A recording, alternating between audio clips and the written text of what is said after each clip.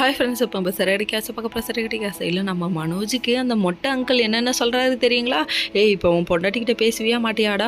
இப்படி தான் எங்கள் ஊரில் ஒருத்தன் பொண்டாட்டிக்கிட்ட பேசாமல் ஒதுக்கியே வச்சுருந்தான். ஒரு 6 மாதம் அந்த பொண்ணு வெயிட் பண்ணிச்சு. அப்புறம் என்ன பண்ணிச்சுன்னு சொல்லிட்டு சுவாரஸ்யமாக இவர் கேட்க ஆரம்பிக்க கதை சூப்பராக போயிட்டு இருக்கும்போது இடையில இன்டர்வெல்லாம் விடக்கூடாதுப்பான்னு சொல்லிட்டு சொல்டான்னு கேட்க ஆரம்பிச்சாரு. கடைசியில் பார்த்தா அந்த பொண்ணு வேற ஒருத்தனோட கனெக்ஷன் ஆகி ஓடி போயிடுச்சுங்கிறாங்க.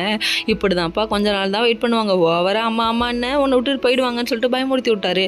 ஐயோ இவன் என்னடா இப்படி பயமுறுத்து வர்றான்னு சொல்லிட்டு அதே நினைப்போட வீட்டுக்கு போனவர் ரோகிணி தேட லெட்டர் ஒன்று எழுதி வைக்க இதை பார்த்தோன்னே ஷாக் ஆகிட்டாரமா. கடைசியில் கண்ணுக்கு முன்னாடியே நிற்கிறவளை போய் எங்கடா தேடுற அப்படிங்கிற மாதிரி ஆயிடுச்சு.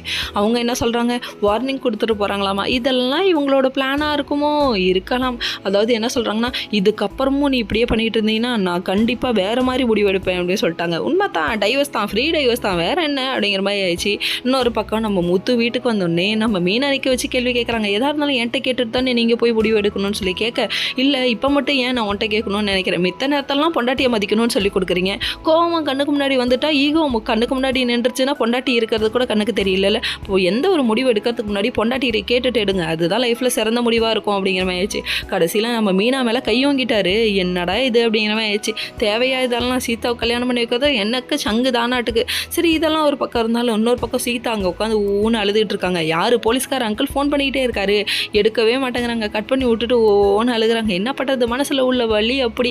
காதல் எப்படி, லவ் ஃபீலிங் கொஞ்சம் அப்படி தான் இருக்கும். அதுக்கப்புறம் காலம் போன காலத்தில் எல்லாம் சரியாக போயிடும் அப்படிங்கிற மாதிரி ஆயிடுச்சு. இப்படி எச்சு தொட்டி அப்படி ஊதுனா